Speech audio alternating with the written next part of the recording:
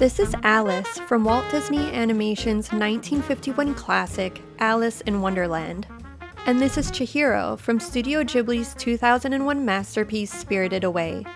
While Alice falls down a rabbit hole into Wonderland, Chihiro wanders into the spirit world. At first glance, they couldn't seem more different, but look closer and the similarities start to emerge. After watching both of these films, I had a question. How can two of the most influential animation studios in the world create such beloved stories while approaching them so differently? While you might not be able to recreate the magic of Disney or Studio Ghibli, you can learn a few storytelling secrets from their creative processes to unlock the storyteller within you. Starting with treating the visual style of your project as a powerful storytelling tool, which is what artists call art direction. Every artistic decision, from background design to character design to the color palette, is intentionally designed to support the emotional tone of a scene. Take a look at these background paintings from Disney's 1959 film Sleeping Beauty. Notice the stylized, shape-based silhouettes throughout the composition. Much of this distinctive aesthetic can be credited to background artist Eyvind Earle, who is inspired by Gothic art and medieval tapestries. Check out the bold use of shapes and colors. This exaggerated stylization doesn't aim for realism. Instead, it transports you into a fantasy world that feels like you've just stepped into a storybook.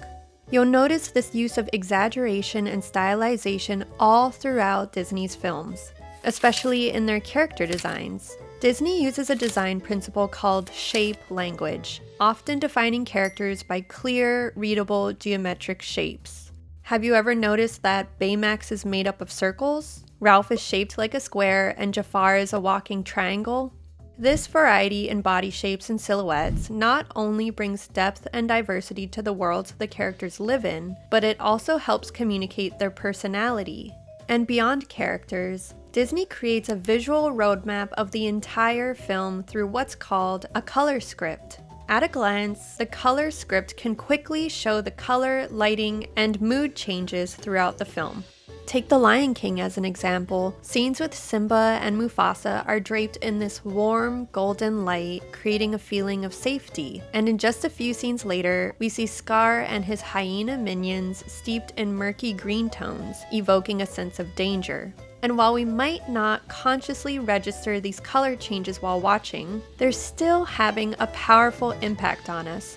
But while Disney delights us with colorful spectacle, Studio Ghibli immerses us with a more restrained approach. Take a look at the background paintings from their 1989 film Kiki's Delivery Service. In this scene, Kiki is shopping for groceries. Notice how detailed the background is. The handwritten signs, stacked crates, and even the produce displays feel grounded and lived in. There's no exaggerated stylization. Everything is drawn to feel familiar, like a place you've been before or could imagine yourself in. And if we look at Studio Ghibli's approach to character design, most of them have realistic proportions that give us that feeling of familiarity, as if we might know someone who looks just like them.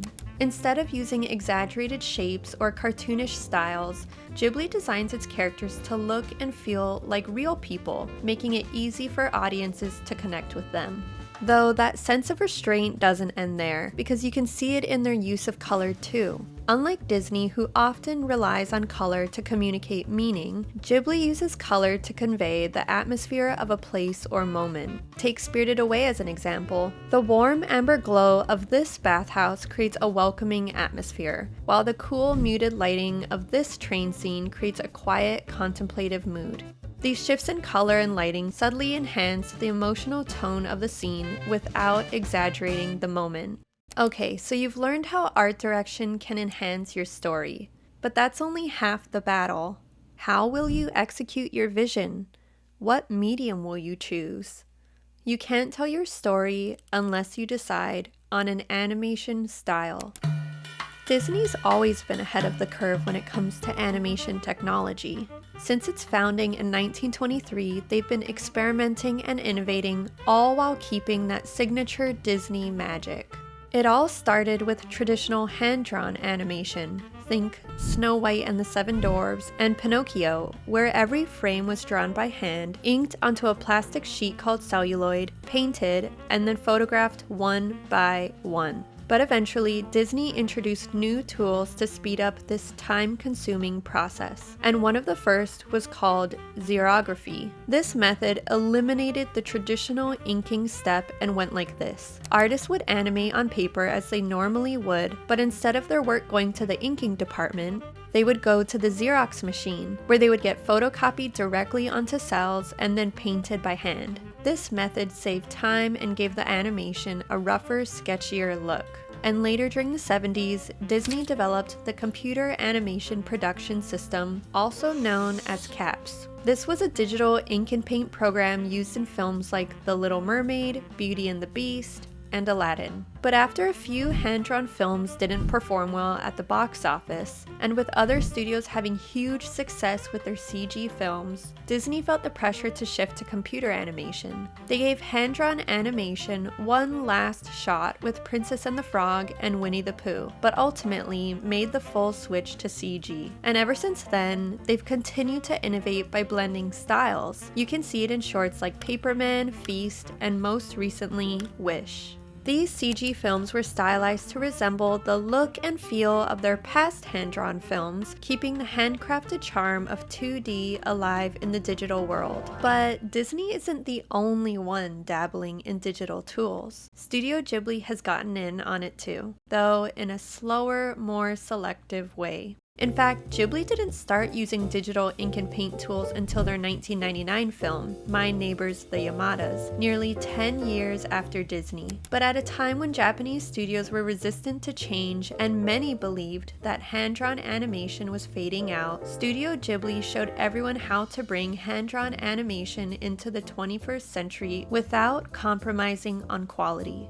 According to executive imaging director Atsushi Okui, Studio Ghibli chose the digital software called Toons, quote, in order to continue producing theater-quality animation without additional stress. And around the same time, they also started using CG. Take a look at this demon spirit in Princess Mononoke, or this river spirit in Spirited Away, or even the castle in Howl's Moving Castle. These are all CG models with hand-painted textures that blend right into the film's 2D look. For Ghibli, CG isn't a replacement, it's just another tool. And rather than using new technology with the goal of cutting costs, Ghibli uses it to help execute their vision in a way that best serves the story.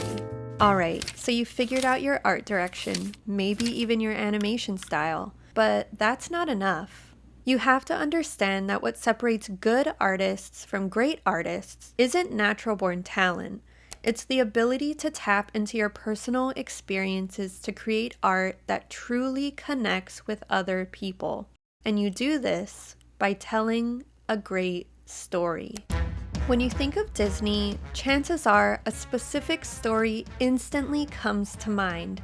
Maybe it's a brave princess, a talking animal, or a heartfelt journey of self-discovery. That's no accident. Disney has a secret formula for telling stories that feel timeless and relatable. It's a story structure called the hero's journey. This structure is like a cheat code to telling a really compelling and satisfying story, and it goes like this. The main character leaves their ordinary world. On their journey, they face trials and challenges, but ultimately, they achieve a victory that transforms them. Then finally, they'll return home a changed person. But the hero's journey isn't the only storytelling trick Disney uses. They're also big on giving their characters clear external goals to chase. Think about it. Mulan wants to protect and bring honor to her family. Rapunzel dreams of leaving her tower to see the floating lanterns. And Moana sets out to return the heart of Te Fiti and save her island. But Disney doesn't stop there. Where there's a hero, there's almost always a villain, and usually a happy ending too. These storytelling elements are the foundation of a Disney film. But that's just one of many ways to tell a compelling story. Surprisingly, Studio Ghibli is almost the exact opposite. One of the biggest differences? They often use a story structure called Kisho Tenketsu. This method breaks a story up into 4 parts. introduction, development, the twist, and the conclusion. Unlike the hero's journey, which centers around conflict, Kisho Tenketsu focuses on the characters' internal struggles and their development over time. This structure also makes space for another signature Studio Ghibli storytelling element called Ma. In an interview with Roger Ebert in 2002, Miyazaki clapped his hands 3 or 4 times and explained that the time in between my clapping is Ma. If you have non-stop action with no breathing space at all, it's just busyness. He went on to say, if you just have constant tension at 80 degrees all the time, you just get numb. And that's the magic of Ghibli storytelling. They take their time and they give you room to breathe. Now, I don't think there's one studio that's better than the other, but their different approaches show us that there's more than one way to tell a great story. And so the next time you're watching a Studio Ghibli or a Disney movie, be a student and study the choices they make. You might start to notice things you didn't see before. And when it's your turn to tell your story, you'll end up surprising yourself because you'll think of ideas you didn't even know were in you. And the more you practice, the faster you'll unlock the creative storyteller within you.